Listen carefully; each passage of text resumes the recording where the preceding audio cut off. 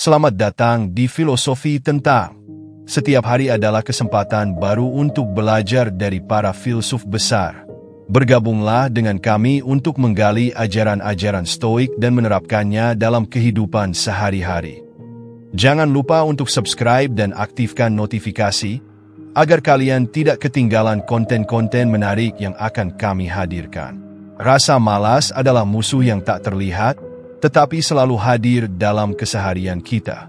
Ia menyusup perlahan, membisikkan alasan untuk menunda-nunda, dan akhirnya menjauhkan kita dari tujuan yang kita dambakan. Di era modern yang penuh dengan distraksi, dari media sosial hingga hiburan instan, rasa malas menjadi semakin sulit untuk dilawan. Namun, rasa malas bukanlah sekadar kebiasaan buruk. Ia adalah gejala dari cara kita memandang diri sendiri, tugas, dan tujuan hidup kita. Untuk melawannya, kita membutuhkan lebih dari sekadar motivasi sementara. Kita membutuhkan filosofi hidup yang mendalam, panduan yang membentuk kebiasaan, pikiran, dan tindakan kita. Disinilah Stoikisme menawarkan solusi. Filosofi kuno ini, yang dikembangkan oleh para pemikir seperti Seneca, Epictetus, dan Marcus Aurelius, mengajarkan cara hidup dengan keberanian, kebijaksanaan, dan pengendalian diri.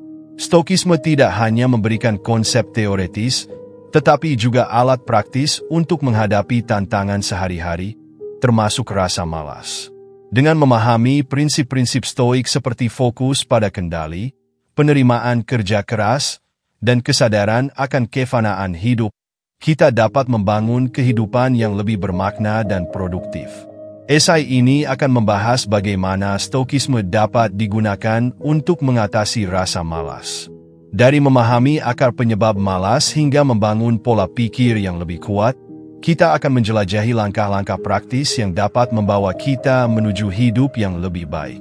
Rasa malas mungkin tampak seperti lawan yang tangguh, tetapi dengan bimbingan Stoikisme, ia dapat diatasi, dan bahkan menjadi dorongan untuk pertumbuhan.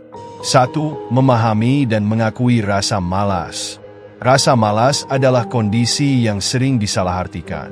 Sebagian besar orang menganggapnya sebagai kelemahan karakter, tetapi jika diteliti lebih dalam, malas sebenarnya adalah sinyal dari pikiran dan tubuh. Malas bisa muncul karena kelelahan fisik, kejenuhan mental, atau kurangnya tujuan yang jelas. Dalam Stoikisme, rasa malas dianggap sebagai reaksi terhadap cara kita memandang tugas-tugas tertentu. Ini bukan tentang tidak bisa melakukan, tetapi lebih kepada tidak ingin melakukan karena persepsi kita terhadap tugas itu sendiri. Malas seringkali terkait erat dengan cara kita memberi nilai pada sesuatu. Misalnya, jika kita merasa bahwa tugas tertentu tidak penting, sulit, atau tidak memberikan hasil instan, kita cenderung menunda atau menghindarinya. Filosof Stoik seperti Seneca menekankan pentingnya melatih pikiran untuk memandang tugas secara objektif, tanpa terpengaruh oleh emosi negatif. Dia berkata bahwa masalah seringkali bukan pada tugas itu sendiri, tetapi pada bagaimana kita menilainya. Ketika Anda merasa malas, langkah pertama adalah mengakui keberadaan perasaan itu tanpa menyalahkan diri sendiri. Jangan biarkan rasa malas menjadi beban emosional tambahan.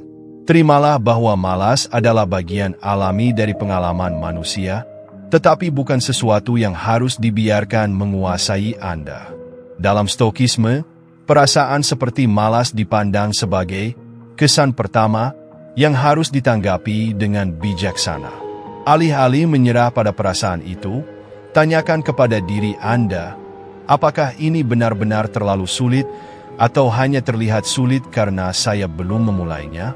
Mengatasi rasa malas juga melibatkan pengembangan kesadaran tentang mengapa di balik setiap tugas. Jika sebuah tugas terasa tidak berarti, cobalah untuk menghubungkannya dengan tujuan yang lebih besar. Misalnya, mencuci piring mungkin tampak seperti pekerjaan sepele, tetapi itu berkontribusi pada kebersihan dan kenyamanan di rumah Anda, yang pada akhirnya meningkatkan kualitas hidup Anda. Dengan cara ini, Anda mulai melihat tugas-tugas kecil sebagai bagian dari gambaran yang lebih besar. Kisah inspiratif Stoik. Epictetus, seorang filsuf Stoik yang hidup sebagai Buddha, adalah contoh sempurna bagaimana memahami batasan dan tetap produktif. Dalam keadaan hidup yang sulit, dia tidak membiarkan rasa frustrasi menguasainya. Sebaliknya, dia memfokuskan perhatian pada apa yang bisa dia lakukan, mengajar dan menulis. Dari pengalamannya, kita belajar bahwa kondisi eksternal tidak seharusnya menjadi alasan untuk tidak bertindak. Relevansi modern. Di dunia modern, rasa malas sering diperparah oleh gangguan seperti media sosial, permainan digital, atau hiburan instan lainnya. Ketika segala sesuatu tersedia dengan mudah, dorongan untuk menyelesaikan sesuatu yang lebih menantang menjadi lebih rendah. Solusinya adalah mempraktikkan pengendalian diri dan menciptakan lingkungan yang meminimalkan gangguan. Misalnya, Anda bisa mengatur waktu khusus untuk bekerja tanpa ponsel atau notifikasi, sehingga fokus Anda tidak terpecah. 2. Fokus pada hal yang bisa dikendalikan.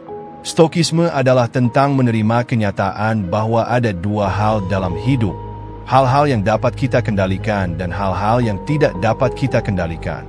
Rasa malas seringkali muncul ketika kita terlalu fokus pada aspek yang tidak bisa kita kontrol, seperti hasil pekerjaan, pendapat orang lain, atau hambatan eksternal. Ini menciptakan rasa takut atau stres yang akhirnya memperburuk kecenderungan untuk menunda.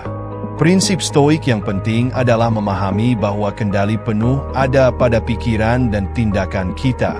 Epictetus berkata bahwa kebebasan sejati datang dari kemampuan untuk mengendalikan diri sendiri. Ketika Anda merasa malas, alihkan perhatian Anda ke tindakan kecil yang sepenuhnya berada dalam kendali Anda.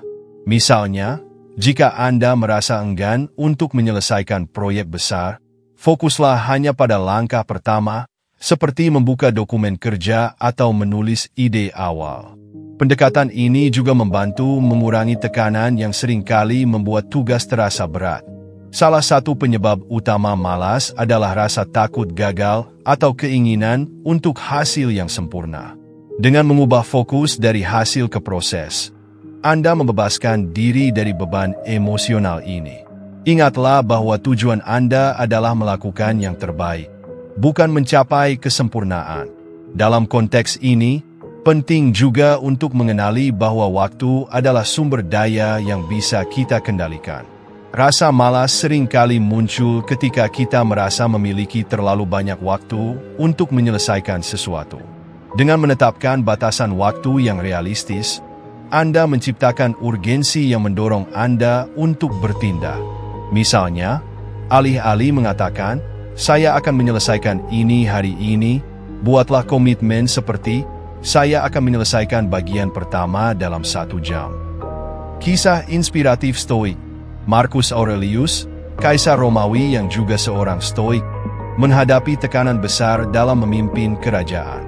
Namun, dia tidak membiarkan ketidakpastian masa depan menghentikannya. Dalam Meditations, dia menulis bahwa tindakan kecil yang dilakukan dengan konsisten lebih berarti daripada rencana besar yang tidak pernah dimulai. Relevansi modern. Banyak dari kita menunda-nunda karena mengkhawatirkan reaksi orang lain atau takut gagal. Dalam dunia kerja, misalnya, kita sering merasa terbebani oleh ekspektasi atasan atau rekan. Dengan mengadopsi perspektif Stoik, Anda bisa membebaskan diri dari tekanan ini. Fokuslah pada apa yang bisa Anda kontrol, kualitas pekerjaan dan dedikasi Anda. 3. Terima bahwa hidup adalah kerja keras. Dalam Stokisme, hidup tidak pernah dijanjikan sebagai sesuatu yang mudah. Sebaliknya, para filsuf Stoik seperti Marcus Aurelius menegaskan bahwa perjuangan dan kerja keras adalah bagian dari kodrat manusia. Dia menulis bahwa manusia diciptakan untuk bertindak, sama seperti matahari diciptakan untuk bersinar atau pohon diciptakan untuk tumbuh. Ketika kita menolak untuk bekerja, kita melawan kodrat kita sendiri. Salah satu penyebab utama malas adalah keinginan untuk kenyamanan terus-menerus. Di dunia modern, di mana teknologi menawarkan solusi instan untuk banyak hal, rasa malas sering diperkuat oleh kemudahan akses ke hiburan atau gangguan. Namun, Stokisme mengajarkan bahwa kenyamanan tidak boleh menjadi tujuan utama dalam hidup. Kepuasan sejati datang dari menjalani hidup dengan penuh tanggung jawab dan dedikasi. Untuk mengatasi kecenderungan ini, penting untuk membangun pola pikir bahwa setiap tindakan, sekecil apapun, memiliki makna. Bahkan tugas yang tampak sederhana atau tidak penting sebenarnya adalah bagian dari kehidupan yang lebih besar. Misalnya, membersihkan rumah bukan hanya tentang kebersihan, tetapi juga menciptakan lingkungan yang mendukung produktivitas dan kesejahteraan Anda. Latihan voluntary discomfort atau ketidaknyamanan yang disengaja adalah salah satu cara untuk melatih diri menghadapi kerja keras. Ini melibatkan melakukan hal-hal yang tidak nyaman secara sukarela, seperti bangun lebih awal, berjalan kaki alih-alih naik kendaraan, atau mengurangi penggunaan media sosial. Dengan cara ini, Anda memperkuat mentalitas bahwa ketidaknyamanan bukanlah musuh, melainkan alat untuk pertumbuhan. Kisah inspiratif Stoik. Cato, seorang politisi Stoik Romawi, dengan sengaja mengenakan pakaian yang sederhana dan menjalani hidup yang keras untuk melatih dirinya agar tidak terikat pada kenyamanan. Dia percaya bahwa dengan terbiasa menghadapi kesulitan, dia akan lebih siap untuk menghadapi tantangan besar. Relevansi modern. Di era modern, kita sering terjebak dalam pola pikir, instant gratification, atau kepuasan instan. Namun, sukses sejati membutuhkan usaha yang konsisten dan jangka panjang. Misalnya, membangun karir yang sukses atau mencapai kesehatan yang baik membutuhkan pengorbanan sehari-hari. 4. Gunakan prinsip Memento Mori. Prinsip Memento Mori atau ingatlah bahwa kamu akan mati adalah salah satu pilar Stokisme yang paling kuat. Filsuf Stoik percaya bahwa kesadaran akan kematian bukanlah sesuatu yang menakutkan, melainkan pengingat bahwa hidup ini berharga dan setiap momen harus dimanfaatkan dengan baik. Rasa malas seringkali muncul karena kita merasa memiliki banyak waktu, tetapi kenyataannya, waktu adalah sumber daya yang paling terbatas. Ketika Anda merasa malas, pikirkan seberapa banyak waktu yang telah Anda habiskan untuk menunda-nunda. Apakah waktu itu membawa Anda lebih dekat ke tujuan Anda? Atau apakah itu terbuang begitu saja? Dengan mengingat bahwa hidup ini terbatas, Anda akan merasa terdorong untuk bertindak sekarang. Ingatlah bahwa setiap hari yang berlalu adalah hari yang tidak akan pernah kembali.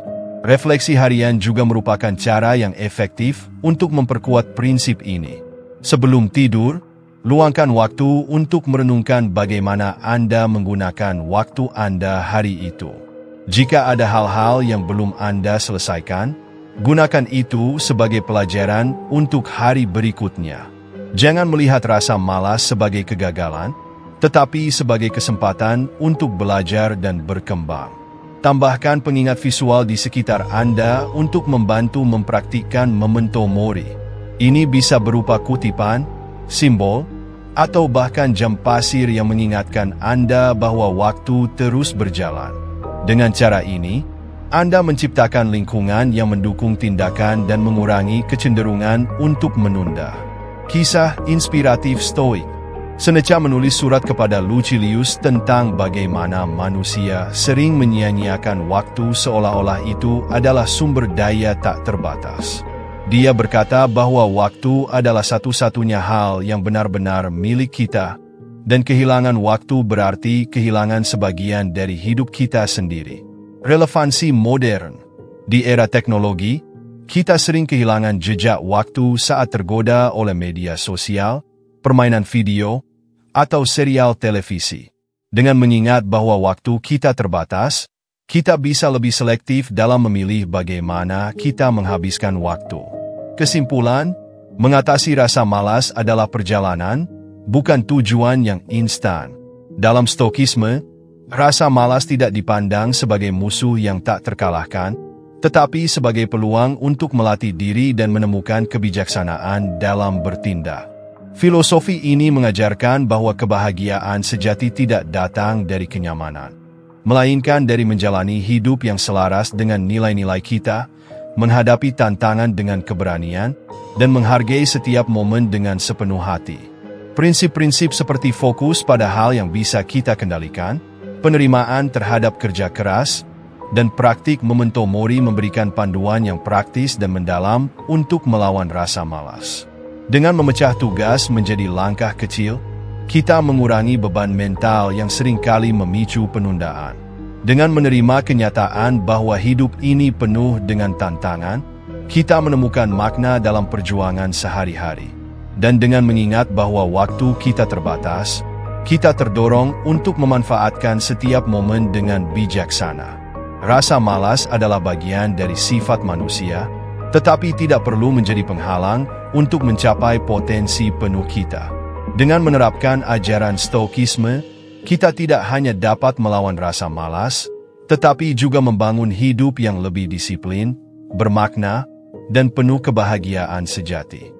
Filosofi ini mengingatkan kita bahwa kebebasan sejati terletak pada kemampuan untuk mengendalikan diri, dan dalam kendali itulah kita menemukan kekuatan untuk melangkah maju, bahkan ketika rasa malas mencoba menahan kita.